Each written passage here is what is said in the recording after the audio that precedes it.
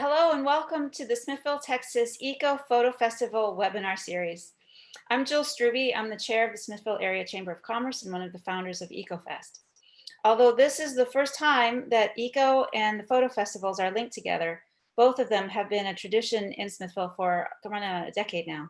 We are experimenting with this connection between the Eco and photo, and we're also experimenting with this virtual format. We truly appreciate you, the viewer, and your interest in these topics about eco and photo and how they fit together. Be sure to check out the other presentations on a wide variety of topics connecting them. Today's presenter is Linda Bauer, who will be talking about macro photography. Linda has been taking photos most of her life. She earned her first paycheck in photography capturing a wedding at the age of 17.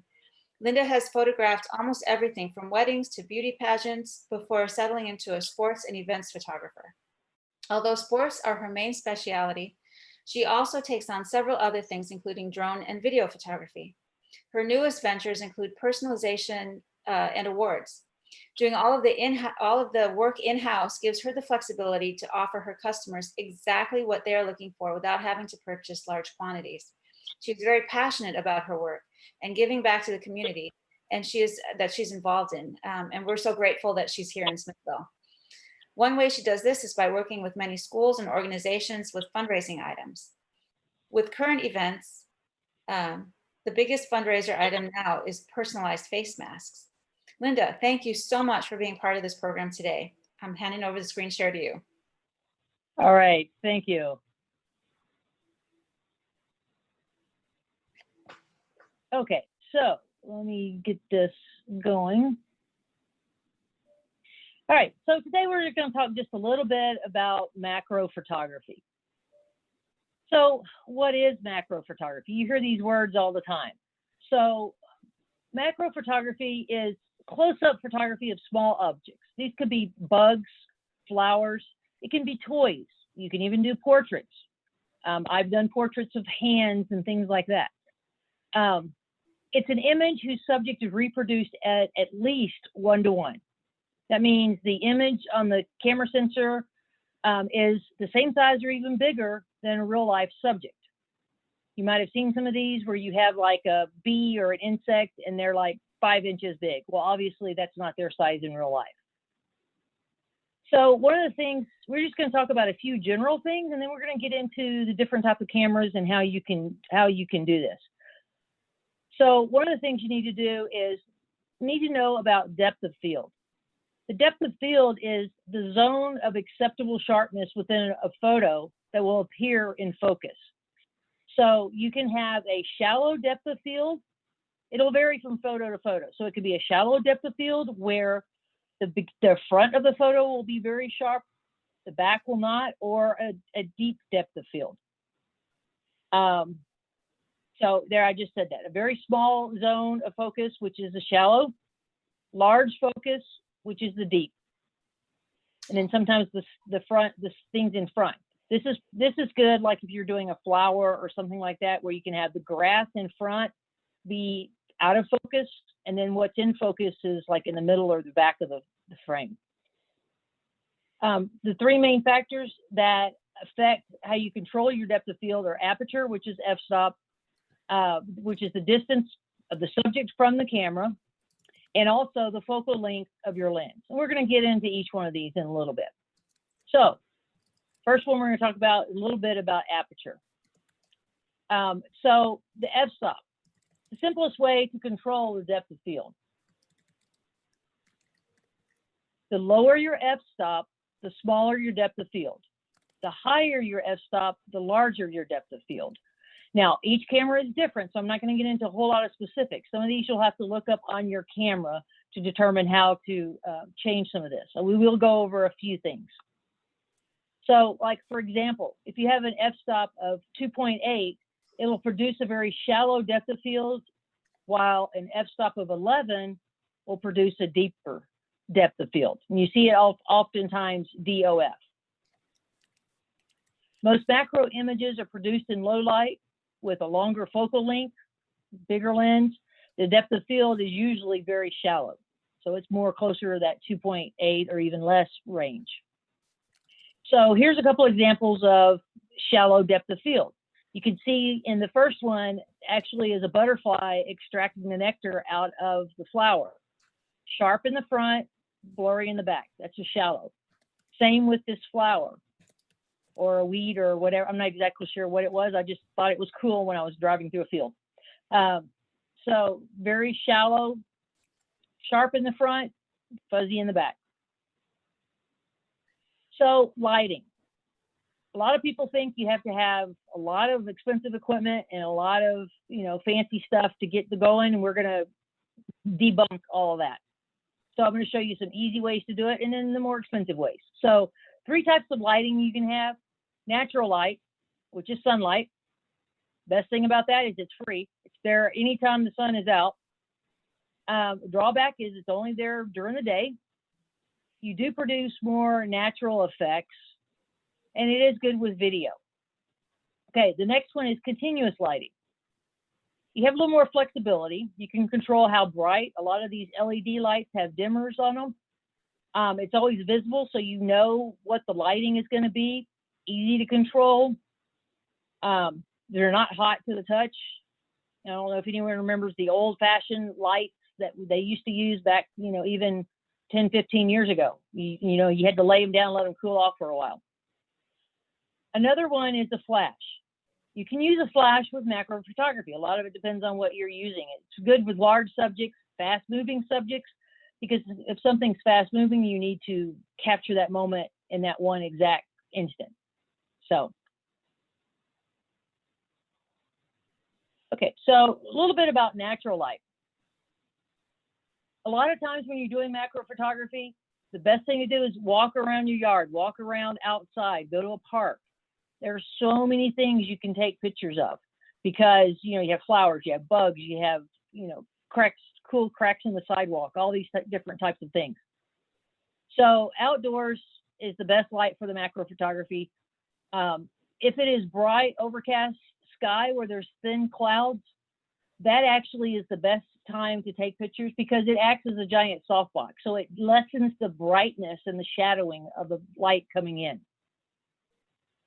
But there again, sometimes depending on the time of day, time of year, and the weather, you don't have sun. So you have to take that into account. There actually are different apps that are available that you can put in the location. I use these quite often. You put in the location, put in the time of day, and it will tell you where the sun will be on that particular day at that particular spot. So you can actually plan where you're going to shoot at. Here's some pictures of outdoors. Now this first one is a little bright. You see the shadowing there. And then here's, obviously it was darker, it was raining. Okay, so let's talk a little bit about continuous light. So it's lighting that's on all the time. Okay, everybody's pretty familiar with continuous lighting. It's, your ceiling fan has a light on it, room lights. So this can be bulbs that are, same one as you're in your home. You can actually set up continuous lighting just using the natural given light you have in your room. There are also specialized bulbs that are for photography. You can use almost anything. You can use a flashlight. You can use a spotlight. You can use all kinds of things that will serve as continuous lighting. Different lights give different effects. Play around with them and see. One of the newer things, you can buy this, there is a light ring that goes around the end of your camera. And it can be continuous lighting, and there's some that are continuous lighting and flash also. And then there's these new LED panels that you can put on the top. These are good with videos. They are good with photography also, but they're good with video. Okay, now we'll talk a second about flash. Anytime you use flash, you want to use some type of diffuser. And the diffuser is basically something to make it not as harsh. So there again, keeping it simple, a homemade diffuser. So basically you have, there's a piece of cardboard with paper around it on top of the flash to keep the flash kind of angled where you want it to go. There is, you can use tissue paper, you can use regular paper, you can use if you have an old white cotton pillowcase. I've seen people use that, or anything you can that will slow down the light. Okay, here's another one. It's just the cardboard. If you have a camera with a pop-up lens, pop-up flash, sorry about that, you can put a piece of cardboard that diffuses the light, changes the direction the light's going. Okay, now let's talk about the cameras. First one I'm going to talk about, phone camera. Everybody's got one. And then you have your point and shoot cameras. And then you have your DSLR, your 35 millimeter, those type of cameras. Okay, so camera phone. There again, everybody's got one. I can't remember the last time, you go somewhere and somebody's not taking selfies or doing something with their phones. Some of the newer phones, the iPhone, I can't remember what the newest one is, 11 or something, they have macro modes on them. Some of the other Samsung phones, I think, have some. There are also macro lenses that can be attached to the phone. And these are actually not that terribly expensive. And here's an example of one. You just attach it to your camera on your phone. And here it looks like this. So you've got multiple lenses. You have a wide angle, you've got the macro, and then you have a fisheye. So depending on how you set it on your phone, it just clips right onto your phone. So depending on how you set it on your phone will give you different effects. Haven't had a chance to play with these, but I've known people that have. And, it's kind of cool just to play around. Point and shoot cameras. Okay, there is a setting on there for macro mode. We're going to talk about that in a little bit. When it's selected, it will tell your camera to focus on a subject that's closest to your lens than normal. So you want to be able to get, you normally will just point, shoot it. It picks what it's going to focus on. If you have macro mode, that means you're going to get close to an object and it's going to let you focus closer. That's just what I said. So, sorry, I got ahead of myself. So it's usually indicated by a flower pictograph on a camera wheel. So, here is the little flower right here, pointing to the arrow.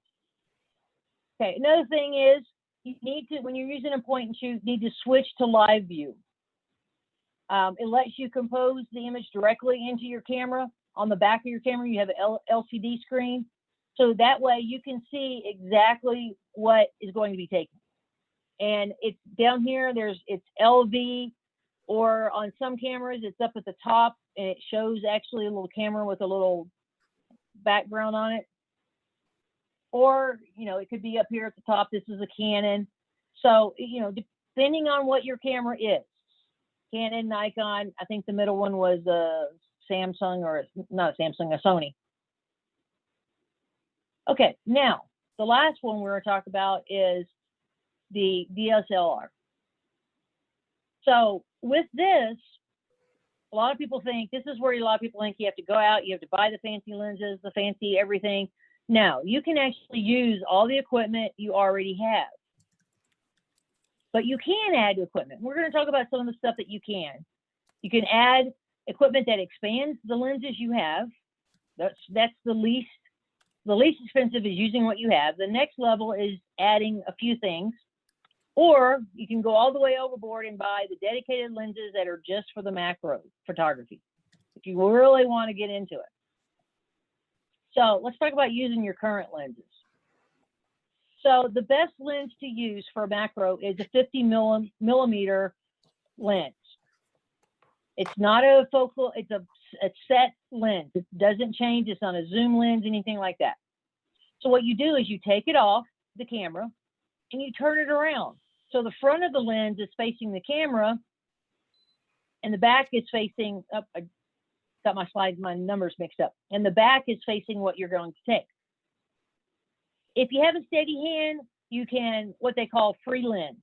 So basically you're holding your camera with one hand, holding the lens with the other hand. But if you want a more stable or permanent setup, there is, for like $10 to $15, you can get a special adapter called a reversing ring, and it actually holds a reverse lens to the camera. So a few things that you can buy to expand your current equipment that's not going to set you over is extension tubes. There again, these are fairly inexpensive. They're hollow spacers. You attach them between the lens and the camera mount. It increases the extension of your lens, makes your lens longer. The longer the extension tube, the closer you can get to the subject. For example, I have a very large lens that is 1600 millimeters. It's a huge lens.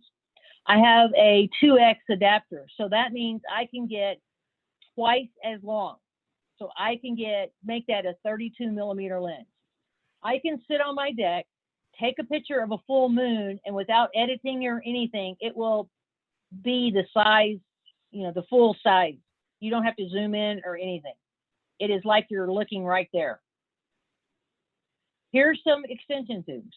A lot of times they come in sets based on the focal length you want. So you can get multiples. A lot of times you can even attach these, depending on how they're made, you can attach these together. Something else you can get, they have close-up filters. And these are kind of fun to play around with. I've played with these before. So they're screw-on magnifiers for your lens. They kind of work the same way as magnifying glass. They're curved so that the objects appear bigger. They're usually sold in set of 4, different variety strengths for each one. So here is the set. So you can get these in different dimensions based on your lens. There again, if you already have a bunch of lenses, you got to make sure the lens you're going to use is the size that you get. So some of these can be like a +2, a +8, a +10, and a +15. Or they can be even stronger than that, depending on how much money you want to spend and what you can find that fits your camera. Okay, so now we're going to talk about breaking the bank and really going after it with some macro lenses. Now, some of these can be very, very expensive, and some are not. The ones that aren't quite as strong could not be that terribly expensive.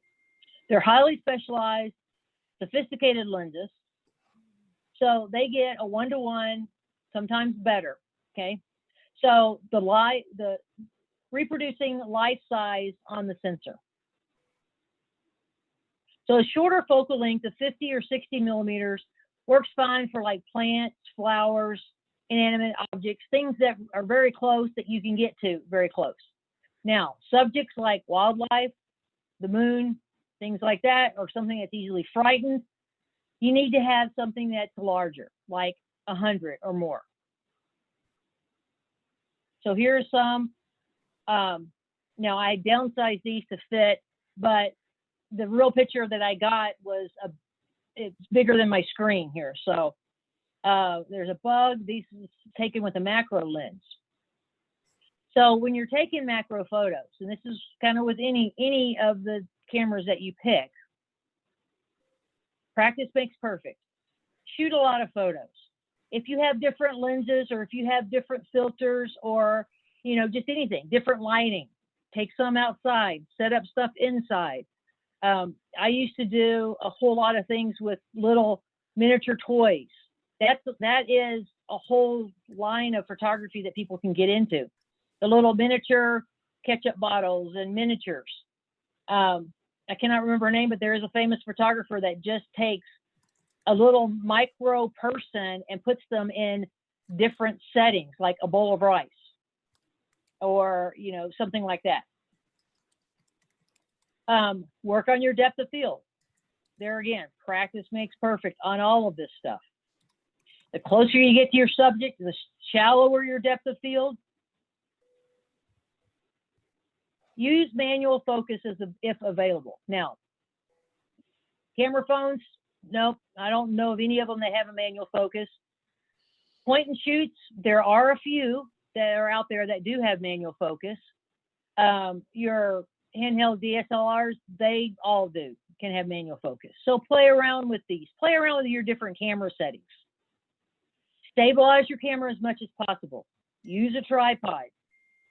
Set it up. You can use, if you're doing little things and you have it set up on a table, or if you're on the ground or something like that, they have little very short tabletop tripods that are great.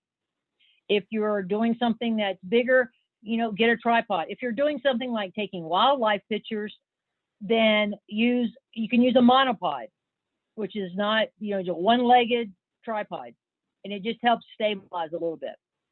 There again, if you have none of these available, there are other things that can help you stabilize. If you have a post or a fence, lean against that. If you don't have any of that, you want to get your center of balance as low as you can go. So spread your feet out, kind of bend down a little bit. That will help you stabilize. Oh, sorry, I don't know what I did.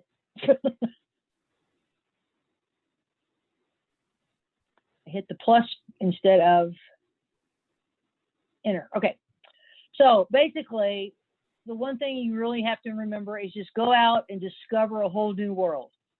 I mean, think about just on a daily walk or on anything that you do. You can have, you know, everything will turn into a picture.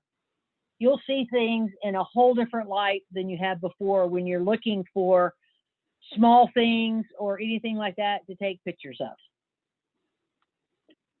So my information is here. Like I said, I'm the owner of the Winning Shot Sports Photography. So if anybody has any questions or need to reach out to me, feel free to do that.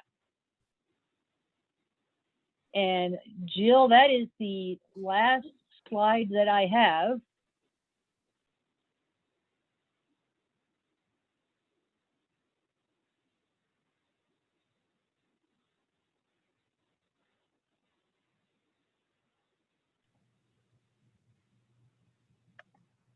Okay, there you are. You're muted. You're muted, Jill. I got muted. Okay, there you are. Okay, thank you very much. Technology, right? We got to figure it all out. Yeah, exactly. Yeah, thanks. Okay, so Linda, thank you so much for a terrific presentation. We really do appreciate all your knowledge and all of your time and everything that you're doing to give back to the community again. To our viewers, thank you again for watching this EcoFest PhotoFest presentation. And thanks to all our sponsors, especially title sponsor Doug's Plumbing.